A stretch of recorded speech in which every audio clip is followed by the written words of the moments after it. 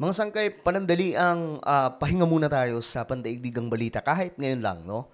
Dahil gusto kong ibalita ito mga sangkay tungkol po sa ating bansa na ang ating pamahalaan ay mayroong malaking plano sa Pasig River. Itong Pasig River kasi mga sangkay talagang nakapakadugyot at maraming beses na po ito sinubukang ayusin.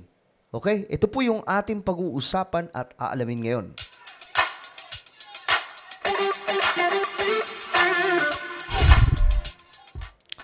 Hello, what's up mga sangga? Magandang oras po sa inyong lahat. From Luzon, Visayas, Mindanao, Sabah at maging sa ating mga kababayan na nasa iba't ibang bansa. Shoutout din po sa lahat ng mga solid sangkay na lagi pong sumusuporta. Maraming salamat po sa inyong lahat. So, eto nga po mga sangkay, bago tayo magsimula, pakisubscribe po muna yung ating YouTube channel. Ayan po sa baba ng video na to, makikita nyo po yung subscribe button. Pindutin nyo lamang po yan mga sangkay, tapos i-click nyo yung bell at i-click nyo po yung all. At kung kayo naman po ay nanonood sa Facebook, huwag nyo rin pong kalilimutan na i-follow ang ating Facebook page. At eto mga sangkay, meron po ako saglitang ipapagawa sa mga nanonood sa Facebook. Okay? Sa mga nasa Facebook lamang po ito na nanonood ngayon.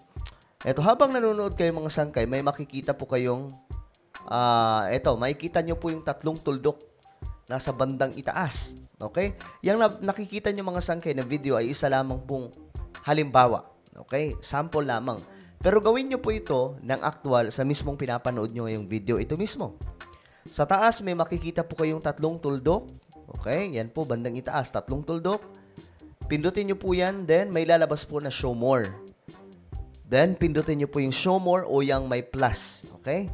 Tapos after nyo po mapindot yung show more, pindutin nyo rin po yung notification bell. Ayan, makikita nyo rin po katabi ng subscribe. Tapos i-click nyo po yung all. Okay? Napaka-easy lamang mga sangkay. So, ito na nga po. Pag-usapan po natin itong patungkol po sa Pasig River na may malaking plano nga po mga sangkay itong ating pamahalaan ngayon. At ito, tingnan po natin, dahil nga po ako, gusto ko rin po talaga maging maayos itong Pasig River kasi pagdating po sa mga sinaunang tao, okay, para trivia lamang po, ang Pasig River po ang pangunahing bagsakan ng kalakalan. Okay? Lalong-lalo na po nung panahon ng Spain colonial. Talagang itong Pasig River, gamit na gamit po yan pagdating po sa kalakalan o mga business noong unang panahon.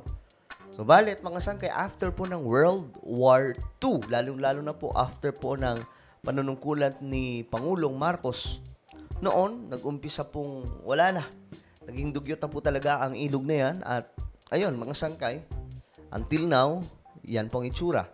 So, eto po, natuwa lang ako. Again, papaalala ko lang, hindi na po ako political vlogger. Pag sinabing political vlogger, wala pong ibang topic kundi pampolitika lamang. So tayo po ay wala na sa politics. Subalit magbabalita po tayo ng mga good news dito sa Pilipinas at especially yung mga pandaigdigang balita, okay? Wala na po tayong pinapanigan. Okay, kabilaan, pula ka man, dilaw ka man, puti ka man, blue. Isama na natin yung itim. Wala na po tayong ginigilingan dyan mga sangkay. So ito, ibabalita ko lamang po sa inyo. Nel, ano-ano ang nakapaloob sa proyektong ito? Ito nakalagay po dito, Pasig River planong gawing tourist spot. Malawakang rehab project para sa ilog inilunsad. Ewan ko kung siguro yung mga nakaabot po nung time na nag-umpisa pa lamang po ako mag-vlog, na itatopic ko po itong Pasig River. Kasi sinubukan po talaga yung ayusin. Kaya nga lang, ewan ko ba mga sangkay, bakit hindi po matuloy-tuloy? No? So, ito. Yes, Monica, isang malawakang rehabilitation project ito na pinangungunahan ng Interagency Council for the Pasig River Urban Development o IAC PRUD. Ngayong hapon nga ay binuksan na nga itong showcase area ng Pasig Bigyang Buhay Muli project na pinangunahan nga ni Pangulong Ferdinand Marcos Jr. at First Lady Lisa Marcos. Bigyang Buhay Muli project, parang ganun. Ayan po, mga sangkay, makikita nyo naman po yung tubig, no? Yung tubig, dilaw, o ano ba tawag dyan? Color blind kasi ako. Dilaw, mga sangkay. Pangit po talaga yung tubig. Doon, malinis na po yan. Yan na po yung pinaka-ano. Kasi noon, before President Duterte, grabe po talaga yung dumi ng Pasig River. So, pagpasok ni President Duterte noong 2016, inumpisang ayusin yan. Kasabay po nung pagsasaayos dyan po sa Dolomite Beach sa Manila Bay. Okay? Kaya nga lang, yan na po yung talagang linis niya. Kumbaga mga sangkay, napakalaking kailangang gawin para pumabalik sa kung anong itsura ng Pasig River dati. So, ang plano is gawing tourist spot. Okay. Marami po tayong mga nakikita mga bansa na may mga ganitong klaseng ilog na tourist attraction. At ito po yung plano nila. Sa madaling sabi, gagawin po nilang world-class itong Pasig River. But how? Yun yung malaking tanong. Papaano? Ito ay pangunang 500 meters na lugar sa likod lamang ng Manila Central Post Office Building. Ito ay magiging public park na may pedestrian-friendly walkway. May lugar na maaaring umupo na magsisilbing open-air venue sa anumang events. Okay, so sa madaling sabi, itong mga gilid ng Pasig River ay gagawin po mga pasyalan, ganyan.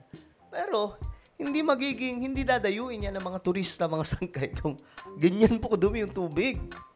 'Di ba? Kailangan po talaga malinaw yung tubig para nang sa ganun ma-entertain or ma-attract yung marami sa mga turista na dadayo dito sa ating bansa. Sa kabuuan ng proyekto, babaguhin ang anyo ng 25-kilometer Pasig River mula Manila Bay hanggang sa Laguna de Bay bilang isang commercial areas at isang pampublikong parke.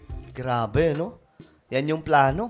So, napakaganda niyan, mga sangkay. Ako, I agree na ayusin talaga yan. I don't care anong mangyayari, mga sangkay, but sana maging successful. Kasi, sino ba naman ang maghahangad ng kasiraan sa ating bansa? What we want and gusto po nating mangyari is mag-innovate po ang Pilipinas. Maglalagay dito ng jogging paths at bike lanes mula sa Maynila hanggang sa probinsya ng Rizal. Sa mga tatamaan ng proyekto na informal settlers ay kay Department of Human Settlements and Urban Development Secretary Jose Rizalino Acuzar, may 2 housing projects na inihahanda ang pamahalaan. Ayun, so yung mga tatamaan ng mga squatters. Meron po tayong ginagawa. Ito po hindi lang po beautification. Ito po ay pa-proper din. Kasi po itong mga site na ginagawa po na ngayon ng resettlement ay dyan po sa Baseco. Dyan po sa may pier sa Philippine Ports Authority. Meron pong 25 hectares dyan. Almost 60,000 units po ang tatayo natin pabahay dyan. Dami.